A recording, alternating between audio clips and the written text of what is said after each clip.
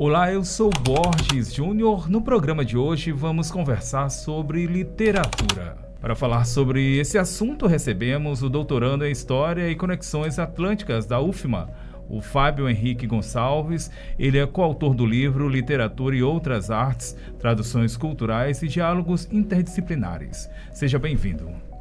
Obrigado, Borges. Aproveito para agradecer à Rádio Universidade pelo espaço para falar um pouco sobre esse livro, do qual eu, na verdade, sou um dos autores. São 3 autores, então cabe mencionar os outros 2, que são a professora Cláudia Moraes e o professor Harion Souza, que são professores da própria Universidade Federal do Maranhão. E cabe também mencionar brevemente que a produção desse livro está intimamente ligada à existência de um grupo de estudos que foi fundado por esses 2 professores em 2019, chamado GPLAD, que significa Grupo de Estudos e Pesquisas Interdisciplinar em Literatura e Outras Artes, que reúne graduandos, pós-graduandos, professores, pessoas tanto do Maranhão quanto de fora, que se reúnem periodicamente para discutir textos teóricos, textos acadêmicos, mas também textos literários, sempre numa perspectiva de promover discussões sobre identidade, memória, colonialidade e assuntos ligados à negritude. Lembrando que a obra ela é uma coletânea de artigos com reflexões sobre literatura, cinema, artes visuais e outras experiências artísticas, não é isso? Exatamente. O eixo central da obra é a literatura a partir do diálogo com outras expressões artísticas. Agora, como é que a linguagem ela pode se configurar um instrumento de poder? Como é que esse livro ele reflete essa questão? Olha, uma boa pergunta. Eu diria que o exercício da linguagem e as interdições e as permissões envolvidas nesse exercício são não apenas resultado de construções sociais, políticas, culturais, históricas, mas também esse exercício da linguagem constrói essas mesmas realidades, né? Então é por meio do exercício da linguagem que a gente, por exemplo, nomeia as coisas, faz associações, estabelece hierarquias, cria estereótipos, cria identidades, cria memórias. A própria reflexão que fazemos sobre qualquer assunto depende de uma articulação linguística. A própria imaginação, o próprio ato criador de qualquer coisa depende de uma articulação linguística. Então, por esses elementos, a gente vê o potencial do exercício da linguagem e também porque ele sempre foi e sempre será um campo de disputas. Então, não existe exercício de poder sem manifestação da linguagem. E, de certa maneira, alguns artigos dessa coletânea flertam e conversam com essa perspectiva, principalmente aqueles artigos que se dedicam a sujeitos históricos, a grupos históricos, que tradicionalmente foram alijados do direito de se manifestarem, de representarem sua própria cultura, sua própria trajetória, de exporem seus pontos de vista, de exporem suas visões de mundo. Então, de certa maneira, alguns dos artigos dessa coletânea conversam com essa perspectiva da linguagem enquanto um componente essencial na manifestação e no exercício do poder.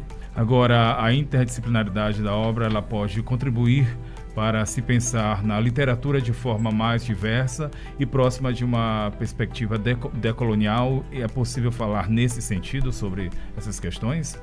Eu acho interessante esse tópico da interdisciplinaridade, porque se a gente pensar um livro nesses moldes, em que a literatura é o eixo central, acho que uma possibilidade óbvia seria convidar basicamente pessoas da área de letras. Mas a gente ampliou um pouco esse escopo, então os profissionais e pesquisadores que estão presentes na coletânea, em algum momento de suas carreiras, pelo menos, eles fizeram incursões por outras áreas. Então a gente tem, além dos profissionais das letras, que não poderiam obviamente faltar, temos historiadores, temos artistas visuais, pessoas do direito, da filosofia, do serviço social, do turismo, da pedagogia. E eu acho que o próprio fato de abrir a coletânea para profissionais de outras áreas faz com que o próprio conceito de literatura seja alargado, seja complexificado. A própria produção ela começa a ser mais discutida, ou seja, quem produz literatura, né? Como são feitas as validações do que a gente chama de texto literário? Como é o consumo, como é a distribuição, como é o acesso a esse material? Então, nesse ponto, eu acho que alguns artigos convergem com essa perspectiva decolonial, no sentido de que eles questionam hierarquias, questionam o estabelecimento de convenções, de padrões, eles questionam como é produzida e consumida a literatura.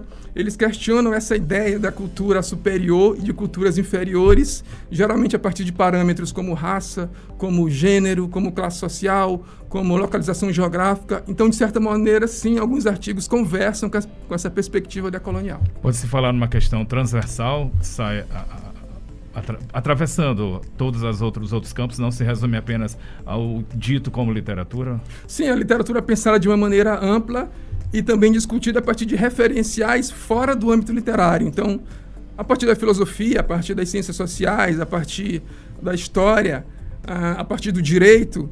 Então, existe esse centro comum que é a literatura, e esses pesquisadores, com suas formações variadas, discutem esse tema central a partir de suas vivências e suas trajetórias acadêmicas. Agora, Fábio, como é que o livro ele apresenta as novas formas de pensar a negritude na literatura e outras artes? A gente tem, na primeira parte do livro, artigos dedicados exclusivamente à questão da negritude. São aproximadamente, se não me engano, 6 artigos, né, de autores muito diversos. Eu poderia citar um artigo sobre a Conceição Evaristo, que é uma grande ficcionista brasileira. Poderia citar um artigo sobre a Grada Quilomba, que é uma artista multidisciplinar portuguesa, mas de ascendência africana. Eu poderia citar um artigo que trata da inclusão no currículo escolar da cultura afro-brasileira a partir de pinturas e de fotografias. Eu poderia citar um outro artigo que valoriza a oralidade enquanto um método eficiente para promover uma educação antirracista. Ou mesmo o primeiro dos artigos dessa coletânea, que é muito interessante, é um dos que eu pessoalmente mais gosto, em que ele faz um diálogo entre um romance muito conhecido aqui no Brasil, O Avesso da Pele, do Jefferson Tenório, que lida com a questão do racismo. E ele faz um diálogo com a arte de tecer, de bordar, e como a partir desse diálogo se pensa a masculinidade negra. Então, essa primeira parte do livro é dedicada a isso, mas ao longo de todo o livro, pontualmente, um ou outro artigo acaba voltando à questão da negritude, até porque o grupo de estudos, né, que baseia esse livro, ele tem como uma das premissas essa discussão, né, da problemática da negritude. A gente sabe da importância do tema, da temática, do assunto abordado, mas para quem nos ouve neste momento, eu queria que você falasse de forma mais específica da pertinência desse trabalho que vocês desenvolveram. Olha, eu acho muito interessante a gente pensar que a gente está desenvolvendo um trabalho multidisciplinar, e que a gente não pensa a literatura, assim como não pensamos nenhum dos campos que estão envolvidos nesse livro, de maneira isolada. Então a gente pode pensar que é um livro que propõe uma discussão mais ampla, mais aberta, com profissionais de diferentes áreas, contribuindo juntos para uma discussão que envolve não só o campo da literatura, mas a sociedade como um todo, né? Como eu falei, essa perspectiva decolonial, de tentar entender quem sempre teve voz, quem sempre foi silenciado, quem sempre teve acesso aos meios de comunicação e quem sempre teve apagada essa oportunidade. Então, eu acho que essa possibilidade de convergência entre vários pesquisadores de várias áreas para discutir muito mais que a literatura, acho que a gente discute principalmente a produção de discurso, sabe? A produção de identidade, a produção de memória. Então, essa visão ampla que reúne vários pesquisadores a partir de um tema comum, mas que se amplia para uma discussão social muito mais profunda. Muito bem, estamos conversando com o doutorando em História e Conexões Atlânticas da UFMA, a Universidade Federal do Maranhão, Fábio Henrique Gonçalves.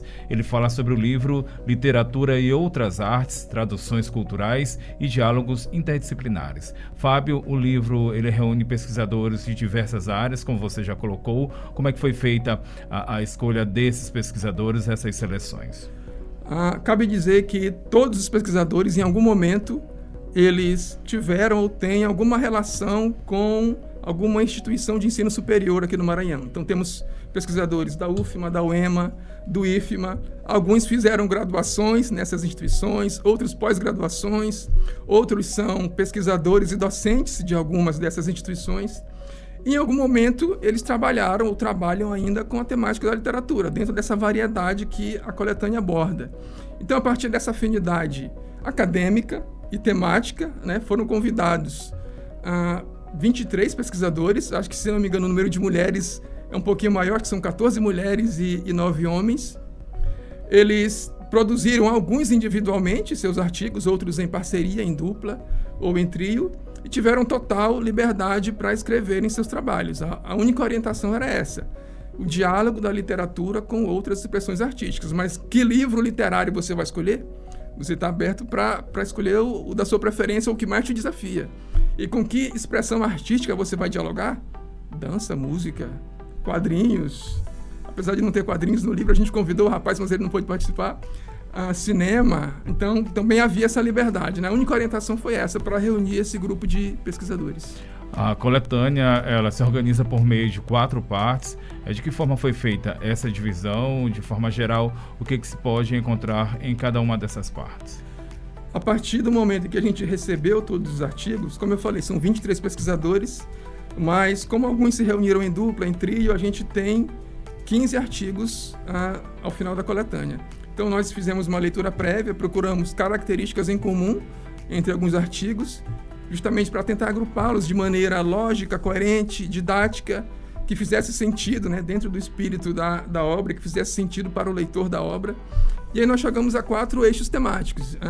O primeiro deles, sobre o qual eu já falei, aquele dedicado a novas formas de pensar a negritude, que é a primeira seção.